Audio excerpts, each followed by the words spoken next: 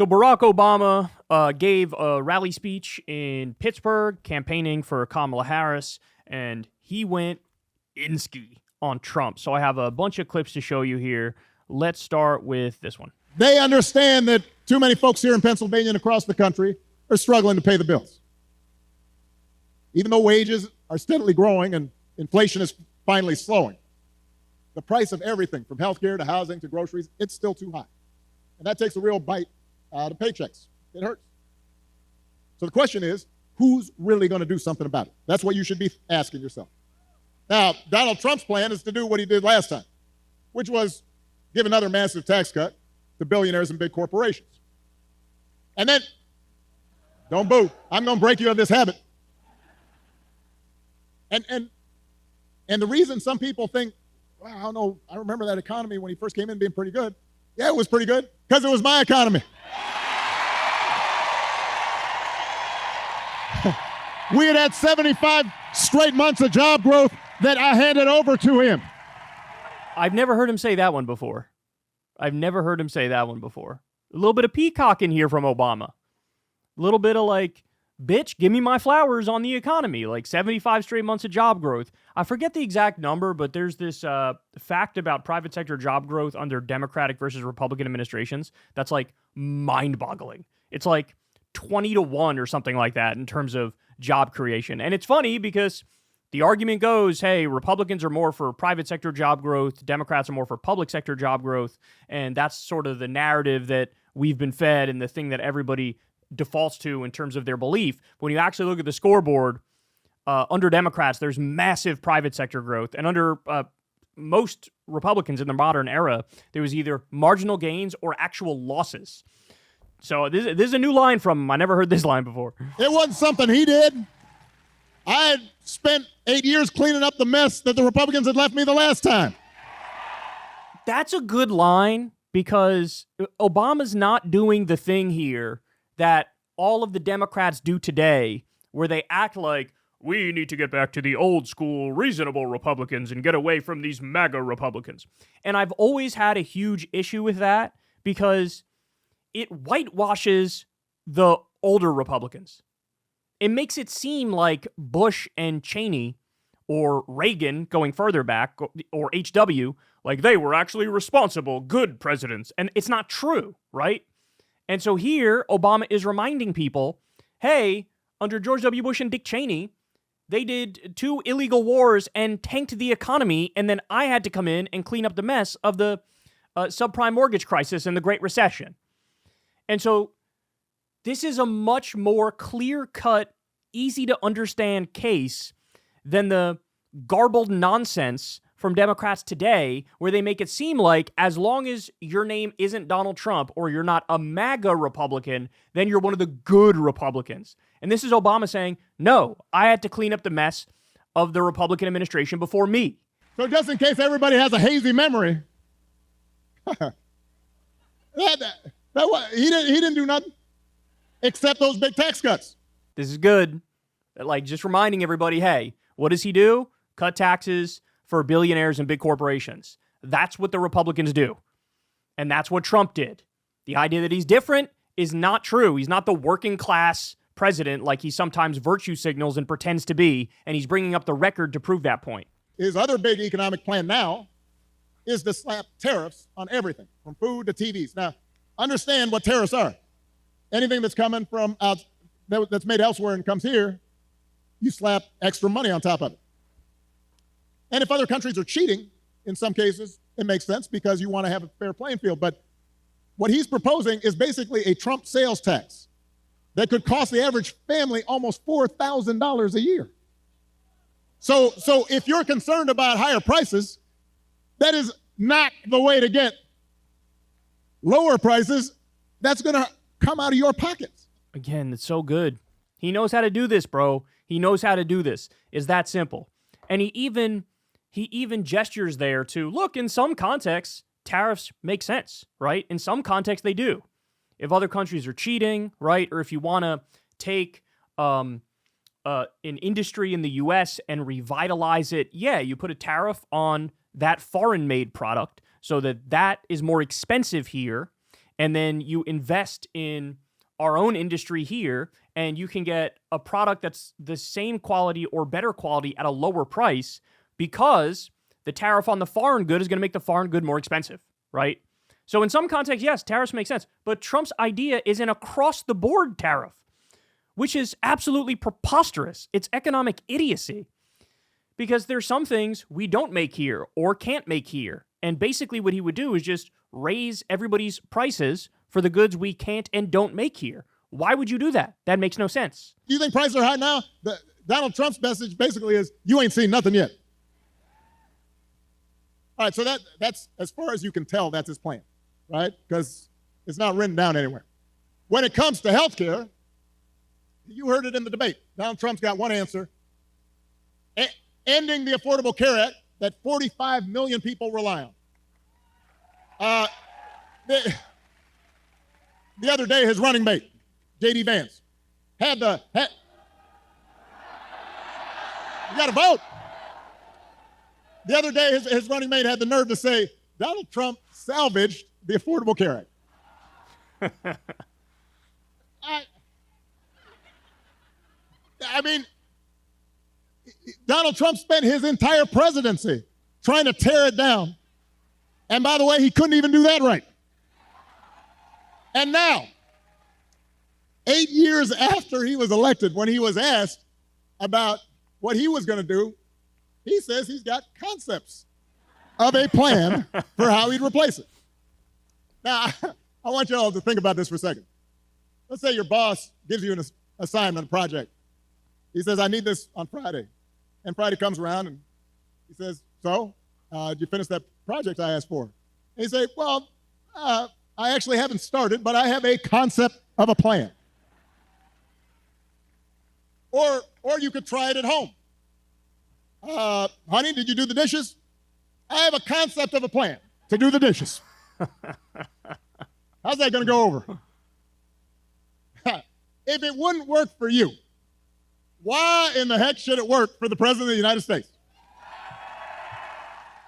He's just so much better at this than other Democrats are. He's just naturally charismatic and a good speaker, and he knows how to make a case. And that's what you're witnessing right here. And by the way, let's call a spade too. His 2008 campaign was phenomenal. And, you know, that was his big introduction. And then in 2012 against Mitt Romney, even though I believe, I'm not 100% sure on this, but I think he did slightly worse in the Electoral College against Mitt Romney than he did in 2008 against John McCain. But I think his 2012 campaign was actually better. He was more aggressive. He was more populist in his messaging. And here we are in campaign season, and he got the memo. He knows how to do this. He knows the path that Democrats should take and the strategy that they should use. But at the same time Obama's out there doing this, you see kind of opposite messaging coming from Kamala at the moment. You see more Hillary 2016 style messaging and really overemphasizing bipartisanship, and here's an event I did with Liz Cheney, and let me thank Dick Cheney for his service, and let me talk about a bipartisan committee that I'm going to set up to help vet my ideas. And look, I got to think that as Obama sees this, he's thinking, bro, make your case. Make your case. All right, let's keep going. So, if you're a new parent, you could qualify for a $6,000 tax credit during the first year of your child's life. Because I don't have to tell a lot of you, raising kids is hard. And she wants to make it easier to afford stuff like a crib or a car seat or diapers. I remember buying diapers. I remember the first time I went in the store right after Malia was born. I was like, what? That's how much diapers cost? I remember changing diapers. You think Donald Trump ever changed a diaper?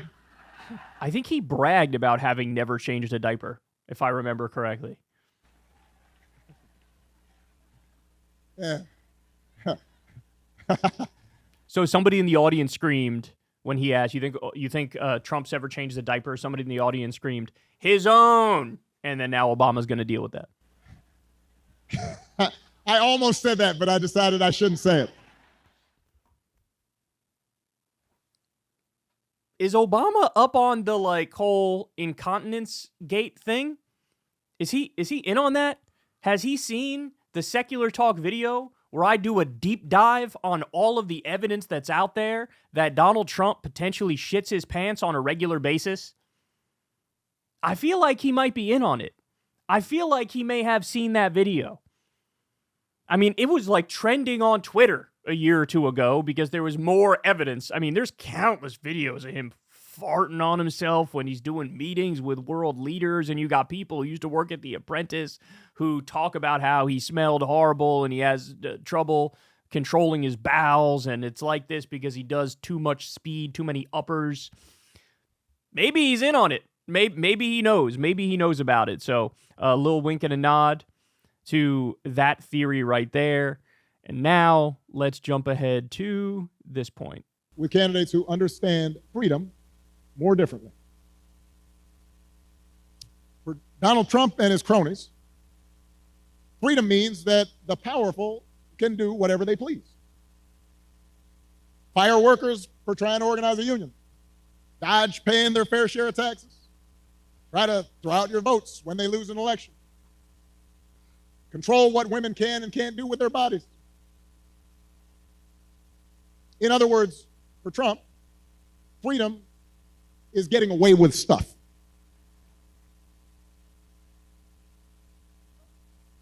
It's like he said in the middle of the pandemic. I don't take any responsibility at all. People were dying. I don't take any responsibility at all. Not sure any other president has ever uttered that statement. We have a broader idea of freedom. We believe in the freedom to provide for our families if we're willing to work. The freedom to breathe clean air and drink clean water and send our kids to school without worrying if they come home. We believe that true freedom gives each of us the right to make decisions about our own life, how we worship, who we marry, what our family looks like.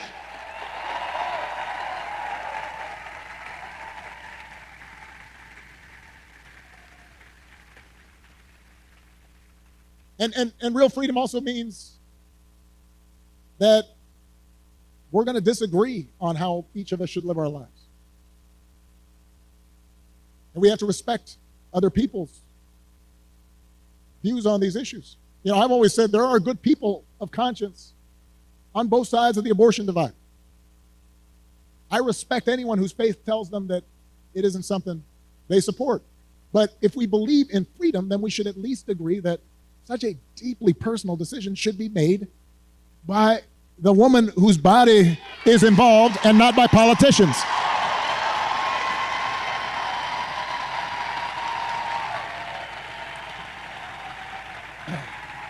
And it has been fascinating to watch Donald Trump just tie himself into a pretzel on this issue. I mean, when he ran for president the first time, he said he would support punishing women who got an abortion. That's what he said. Thank you. Now, well, a couple weeks ago, what did he say? He said, "Don't worry, women, I'll be your protector. I'll tell you how he protected you." He handpicked 3 of the Supreme Court justices who overturned Roe versus Wade. Went out there and bragged about it. And now there are Trump abortion bans in 20 states, many of them with no exception for rape or incest. And when he's asked about it, he says, well, everybody wanted it this way. Really? He thinks women want to have to drive hundreds of miles to find a doctor who can help them? Does he think doctors want to choose between letting a woman die or going to jail for giving her the life-saving care that she needs? That is not something people chose.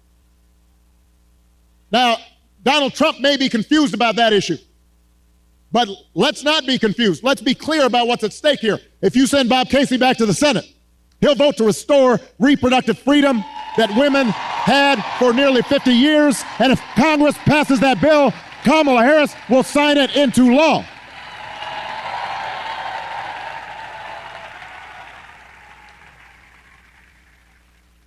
Because they understand that freedom is about being able to make the right choice for ourselves and our families. It's about recognizing that other people have the freedom to make their own choices, even if they're different from ours. I mean, look, he might be their saving grace this election cycle. I don't really recall in 2016. I don't really recall him doing too many rallies for Hillary. I do know it was like the night before the election, or maybe 2 nights before the election, they did a big rally and he was out there for that. But outside of that, I don't remember too many speeches from Obama.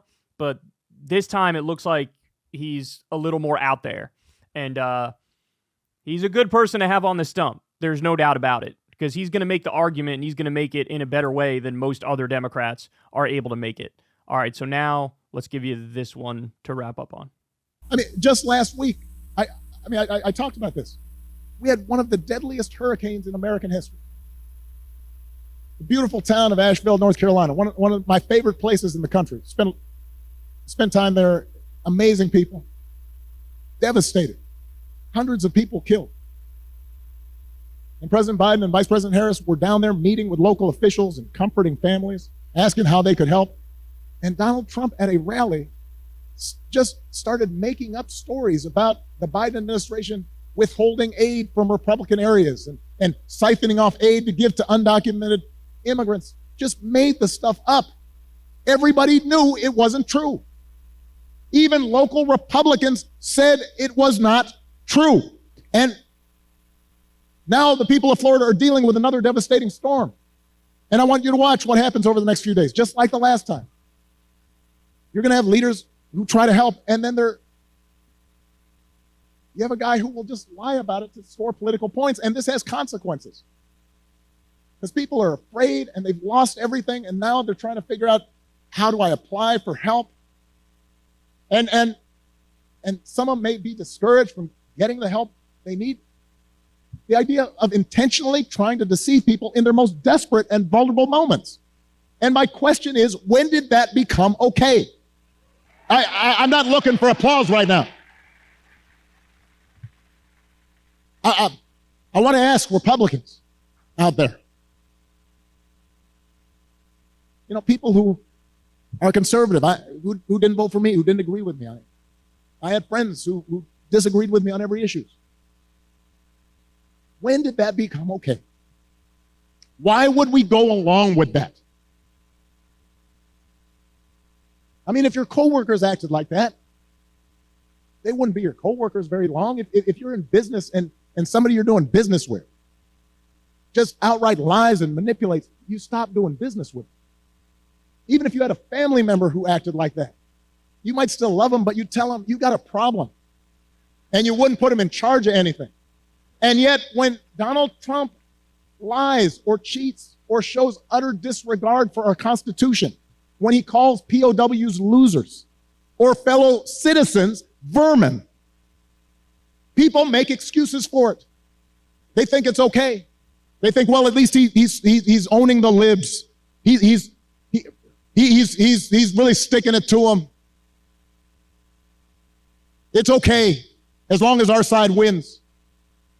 And by the way, I'm sorry, gentlemen, I've noticed this especially with some men who seem to think Trump's behavior, the bullying and the putting people down, is a sign of strength. And I am here to tell you that is not what real strength is. It never has been. Real strength is about working hard and carrying a heavy load without complaining.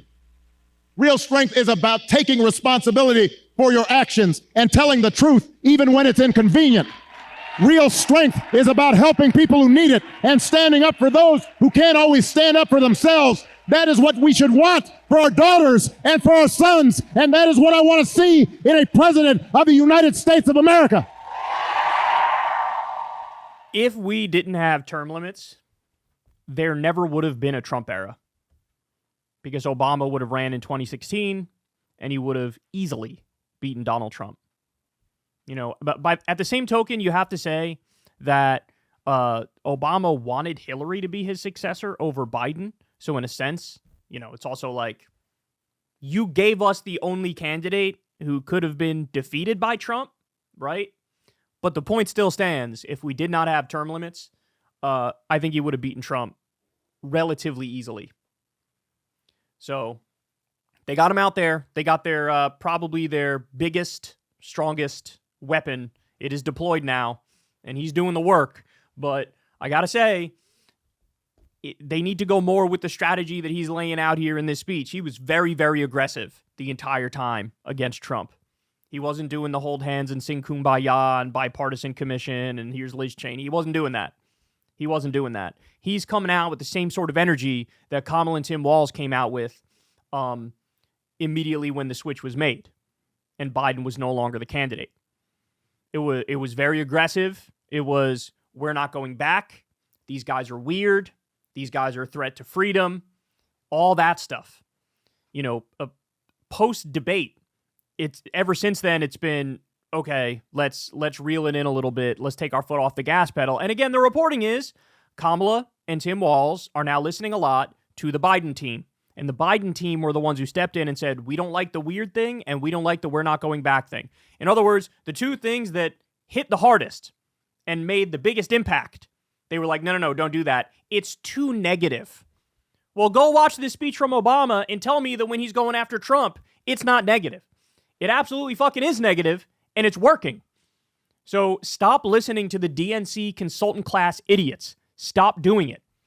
And the roadmap he lays out for you here is much more aggressive and much more correct. It will get people more fired up. And by the way, you're not gaining anybody by doing events with Liz Cheney. You're not doing that. But if you take this tremendous energy and ride the wave, you will gain more voters. And that's what he's laying out for you here. Hey, y'all, do me a favor and like and subscribe. It helps out big time in the algorithm. Click the bell as well for notifications when videos drop. And watch that video on screen right now. You know you want to.